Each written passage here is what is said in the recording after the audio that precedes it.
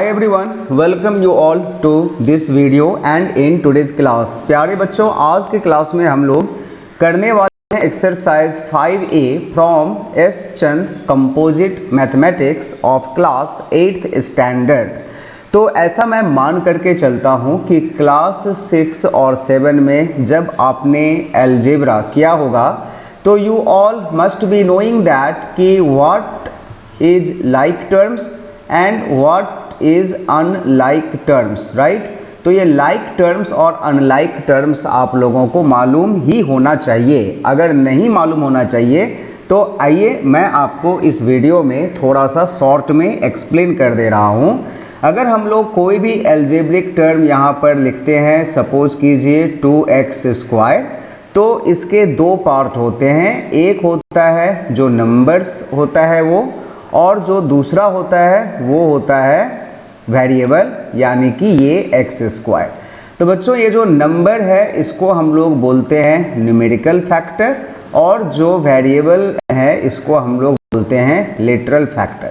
अब ऐसे दो टर्म्स जिसमें ये जो लिटरल फैक्टर है वो सेम हो तो उसे हम लोग लाइक टर्म्स कहते हैं, और अगर लिटरल फैक्टर सेम नहीं है तो फिर वो अनलाइक टर्म्स होता है। For example if I right here 2x² and 3x², तो ये दोनों लाइक टर्म्स होंगे। And if I right here 2x and 3y, तो ये दोनों अनलाइक टर्म्स होंगे, बिकॉज इसका जो लिटरल फैक्टर है वो x है और इसका जो लिटरल फैक्टर है वो y है। ये मैच नहीं कर रहा है। इसी तरह से अगर यहाँ पर 2x² लिखूँ और इधर में 3xy² लिखूँ तो ये भी लाइक टर्म्स नहीं होगा। As we can see here, यहाँ पर लिटरल फैक्टर x² है और यहाँ पर xy² है, ये दोनों सेम नहीं है। किंतु अगर ये 3xy² के जगह 3y² मैं यहाँ पर कर दूँ तो क्या अब ये दोनों लाइक टर्म्स होंगे? Then the answer is no, ये अभी भी नहीं होंगे, क्योंकि यहाँ पर x के ऊपर स्क्वायर है और यहाँ पर y के ऊपर स्क्वायर है। किंतु अगर मैं यहाँ पर कुछ इस तरह से लिखूँ 3yx², अब क्या इसके साथ ये वाला टर्म लाइक होगा? द आंसर इज यस होगा, क्योंकि यहाँ पर जो yx² है literal factor, it is same as x²y, तो ये लिटरल फैक्टर होगा। बच्चों मैं आपको literal factor, like terms, unlike terms के बारे में क्यों बता रहा हूँ? तो इसके पीछे का रीज़न ये है कि जो अलजेब्रिक एडिशन एंड सब्ट्रैक्शन होता है ना, वो लाइक टर्म्स के बीच में ही होता है। अनलाइक टर्म्स को हम लोग ऐड नहीं करते हैं, दैट रिमेन सेम। तो आइए हम लोग क्वेश्चन नंबर 1 यहाँ पर करते हैं। क्या है क्वेश्चन नंबर 1? यहाँ पर 5xy, बीच में प्लस का साइन लगा दे रहा हूँ, then -2xy, then again -11xy and again +8xy। तो बच्चों इसे हमें करना है ऐड। तो सबसे पहले हमें ये देखना होगा कि आर दे लाइक और नॉट। तो इसका जो लिटरल फैक्टर है वो xy है, इसमें भी xy, इसमें भी xy और इसमें भी xy। तो इसे हम लोग ऐड करने के लिए सिंपली क्या करेंगे, जो इंटीजर का जो सिंप्लीफिकेशन हम लोगों ने किया हुआ है बस उसी कॉन्सेप्ट को यहाँ पर यूज करेंगे। Literal factor will remain same. 5 - 2 3, 3 - 11 is -8, and -8 and +8 क्या होता है? 0xy होता है। बच्चों 0xy का मतलब 0 ही होगा, राइट। तो इसका आंसर इस तरह से हो गया 0। इसका जो क्वेश्चन नंबर 2 है आइए उसे समझते हैं। This is 3a² b, then -5a² b, then +10a² b, यानी कि इसमें भी जो लिटरल फैक्टर है वो सारे के सारे a² b ही है। तो आप इसे डायरेक्ट भी कर सकते हो। 3 - 5 is -2, -2 and +10 is 8, and 8 minus 7 is 1।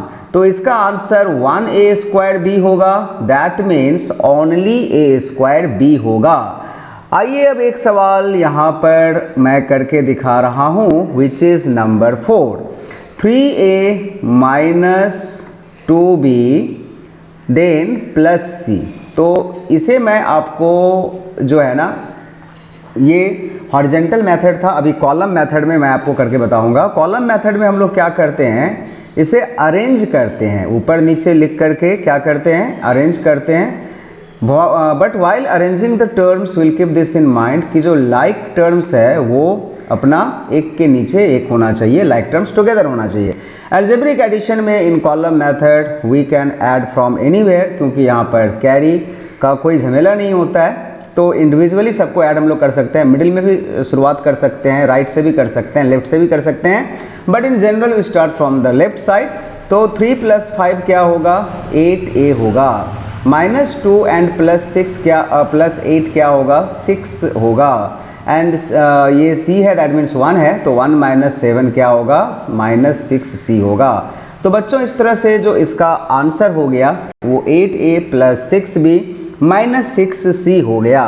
तो अब मैं कर देता हूँ इसको इरेज, क्योंकि अब हम लोग करने वाले हैं क्वेश्चन नंबर 2 को।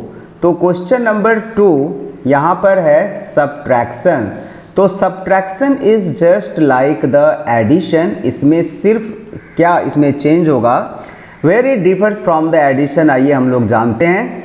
सब्ट्रैक्ट क्वेश्चन नंबर 1 क्या है, 3x - 5 को सब्ट्रैक्ट करना है 8x - 17 से। तो horizontal method and column method इसमें भी होता है। हॉरिजेंटल मेथड में फ्रॉम के बाद वाले जो टर्म है 8x - 17, इसे हम लोग यहाँ लिखेंगे, और इसके बाद ये जो टर्म है 3x - 5, इसका साइन चेंज करके हम लोग यहाँ पे डायरेक्ट लिख सकते हैं, और नहीं तो एक स्टेप ज़्यादा भी यहाँ पर कर सकते हैं। तो 3x का साइन अभी प्लस है, तो ये -3x हो जाएगा, और -5 जो है वो +5 बन जाएगा, यानी कि साइन इसका क्या कर देना है, चेंज कर देना है। अब it has become like an addition. अब जैसे हम लोगों ने ऐड किया था वैसे यहाँ पर भी सिंप्लीफाई कर देंगे। तो 8x - 3x, चाहे तो आप लाइक टर्म्स को ग्रुप भी कर सकते हो, और नहीं तो इसे डायरेक्ट भी लिख सकते हो, it is on you. 8x - 3x दोनों लाइक टर्म्स हैं, तो ये 5x हो जाएगा, एंड -17 एंड +5 जो है वो क्या होगा, -12 होगा। आप चाहे तो ग्रुपिंग करके भी कर सकते हो, जो आपकी इच्छा। नंबर 2, 7xy में से हमें सब्ट्रैक्ट करना है -8xy को। देखिए यहाँ पर मैंने एक स्टेप ज़्यादा कर दिया, यानी कि पहले ब्रैकेट के अंदर लिख दिया। आप चाहते तो -8xy को डायरेक्ट +8xy भी लिख सकते थे। तो ये हो गया 7xy एंड +8xy। किंतु बात यह है कि जब हम लोग सारे स्टेप को अच्छी तरह से करते हैं तो उसमें जो मिस्टेक होने का जो पॉसिबिलिटी है वो काफ़ी मिस्टेक कम होने का हो जाता है, मतलब मिस्टेक ना के बराबर हो, इसके लिए हमें हर एक स्टेप को करना चाहिए, right. Now one question we will do using the column method. तो आइए नंबर 4 को मैं कर रहा हूँ, दिस इज नंबर 4। तो इसमें फ्रॉम के बाद वाले जो टर्म है इसे हम लोग पहले लिख देंगे 9y² + 5y एंड +6, और जो हमें सब्ट्रैक्ट करना है ये वाला टर्म, इसे हम लोग जस्ट इसके नीचे अरेंज कर देंगे, लाइक टर्म्स को एक साथ लिख देंगे 3y² -8y एंड +7। थोड़ा सा स्पेस देने के बाद हम लोग यहाँ पे लाइन ड्रॉ करेंगे, and why we have given this space, क्योंकि जो लोअर टर्म है, ये देखिए इसे हम लोग लोअर टर्म बोलते हैं, लोअर टर्म, इसका जो साइन है वो चेंज हो जाएगा। जो प्लस है वो माइनस बन गया, जो माइनस था वो प्लस बन गया, जो प्लस था वो माइनस बन गया, यानी कि सभी का साइन हमें चेंज कर देना है इन कॉलम मेथड, राइट। अब बस अभी हम लोग जो है वो लाइक एडिशन इसको ऐड कर देंगे, but we will take this new sign, we will not take the old and original sign of the lower term, right.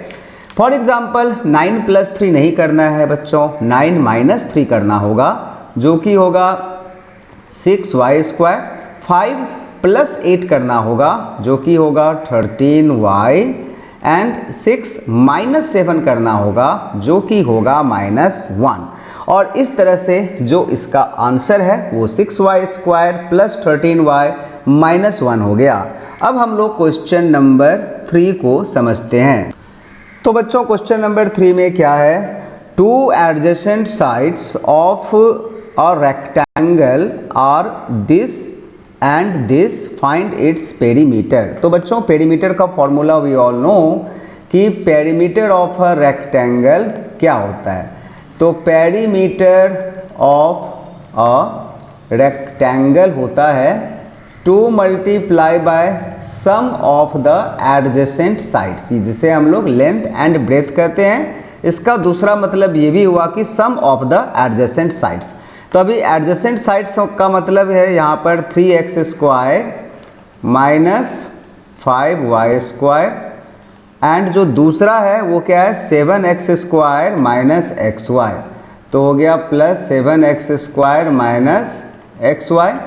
So this will be 2, 3x square and plus 7x square will be 10x square and minus 5y square and minus xy will be minus 6xy। Okay, अभी 2 से multiply कर देते हैं, 2 10 जा 20x square and 2 6 जा 12xy। तो इस तरह से जो इसका आंसर है वो ये हो गया 20x स्क्वायर माइनस 12xy।